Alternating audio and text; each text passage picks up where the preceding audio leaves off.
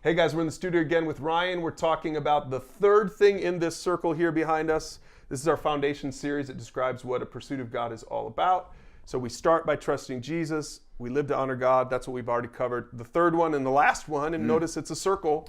So it circles back on itself. So you can kind of maybe anticipate what we're doing here. This last one is all about maturity. Mm-hmm. Let me just start with this question, Ryan. How would you, if I were to ask the typical guy, how would you describe what your picture is of a mature Christian?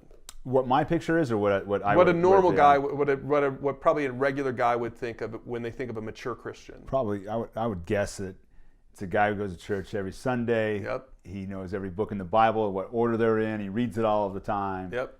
Prays in public restaurants, right? You know Okay. how much I love that. Yeah. Yeah, that would be my impression of before now. That Yeah. would be my impression of what that is. Right. And the problem with all of that is that is all about me. That's all about the guy. It's what I know. It's what I do. It's all about. It's sort of me focused, right? Yeah, right. But the third truth is this: the biblical definition of Christian maturity. In fact, we say it like this: we mature, we grow by helping others. Mm-hmm. And we're talking about in the circles. We're saying we grow by helping others to pursue God. So it's all about helping others to trust Jesus and honor God, right? Yeah. So it's all about helping the next guy. Maturity is defined more by helping the next guy become a pursuer of God than it is defined by how much a guy knows. Right. Now, do you think like the average Bible study attender is going to like that? Like, how do you think that sits with a guy who's for 30 years he's been in the church thinking, wait a second, I've memorized Ephesians, you know? Come on, let's pick a fight right here. He's not going to like it. Well, so I'm not going to have a problem with that. I'm like, woohoo, relief. I don't have to memorize all these things. Yeah, but you got to go help somebody. Yeah, but think about this. Okay. Think about this. How much more rewarding is it when we help other people? Yeah. Versus just helping ourselves. Yeah. Right? Yeah. It's good. So I don't know. I guess that average guy I don't hang out with guys like that. He might be relieved. I guess. Maybe so. Although maybe he gets nervous about a new thing now. He's like, man, I don't know if I'm qualified to help somebody pursue God. I mean, who am I? I'm just a regular guy. Oh, yeah, right. Okay. But the fishermen were regular guys, and they changed the world. Yeah. And they did it by doing this. Right. Right? And so that's what this is all about. By the way, the next series after this one, we encourage you to take mentor training, because that's what we're talking about, is becoming a mentor. We'll get to that, but we've got some real practical tips on how to do this and how to really get mature. But let's just talk about the three things real quick. So number one, so we help other people pursue God, one, just through serving, right? We can serve at the local church. We can serve in the community because Jesus was a servant. Right? So that's, we won't get into that anymore, but that's serving, right? This is our building to the last one. The second one is we can grow by giving. Let me ask you a question. How does financial giving help other people to pursue God? Well, financial giving helps pay for the editor to edit this video so people can well, that's true. So people can watch, right? Yeah, like what does giving to the church do? So financial giving enables people to be able to go spread the word, right? Yeah. I mean, I think sometimes people look at financial giving as I've got to give a piece of my paycheck to this church. And they're money hungry, or it's a scam, or they're doing marketing, and people don't realize there's light bills to pay, right? You got to buy all that coffee that everybody's drinking. You got to pay a mortgage, right? And then people don't just want to work for free, so you have to pay people to be able to go out and those dang pastors. Those pastors are there. There's something. Man. They want to buy groceries. I think. Yeah. So your giving helps pay for the lights and the ministry at the church. And does that help people pursue God? It does help people pursue God. Yeah. It enables people to hear the word of God, right? But I mean, there's a lot of other ways too, just through charitable aspects, right? Feeding people who don't have enough money for food, and things of that nature. Which Jesus commands us to do. Yeah, right? Absolutely. Yeah, giving to missionaries so that we can spread the gospel around the world, right? All of this stuff is part of helping people pursue God. So I'm a mature Christian when I'm a servant, not just when I do Bible study. And I'm not trying to knock on Bible study or knowledge, but it's when I'm a servant, it's when I'm a giver, and here's the third thing. And this is the most important thing, so let's pause on this for a second. The most important way to help somebody pursue God is to disciple them, right? Or in the last video, we called this mentoring. Yeah. Is to because that's a more normal word, is to mentor them, right?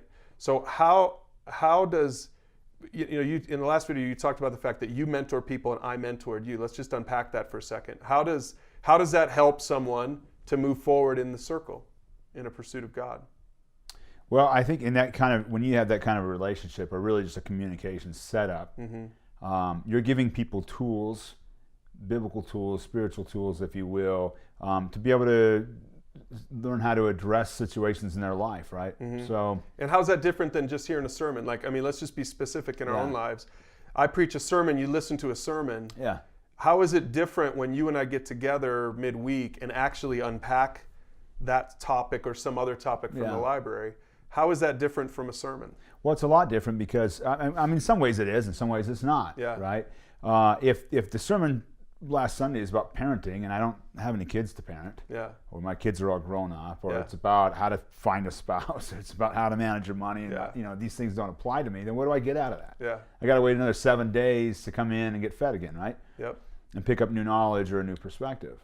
And so in a relationship like this, then you can really custom tailor, or you can really pick out a specific topic that applies to you in your life, and you can talk about it, whatever you might be going through, or whatever you want to learn about, something new maybe.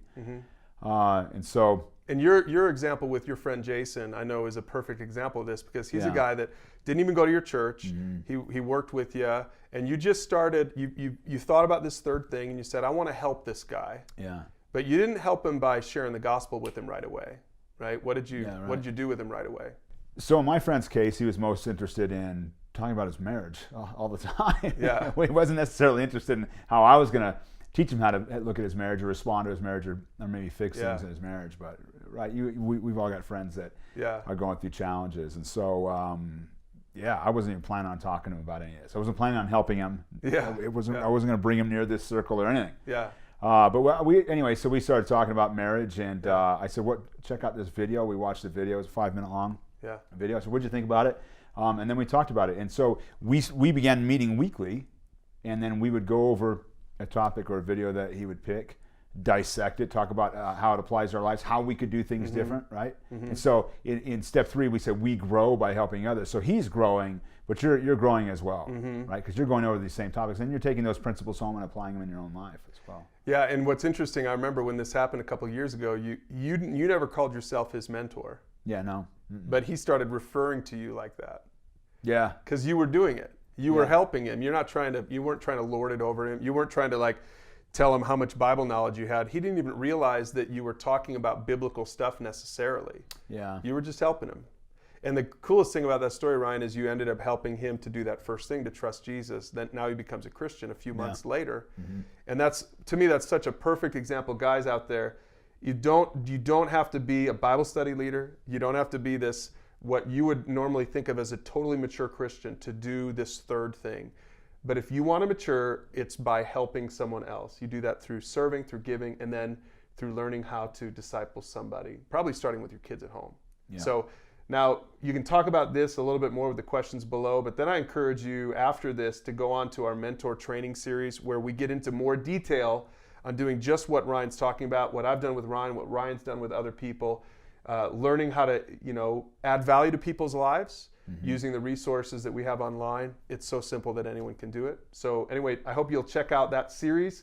Even you can do it. Wow, that was good. It's true, right? Lowest common denominator here. Check out that series, and we'll see you in the next video.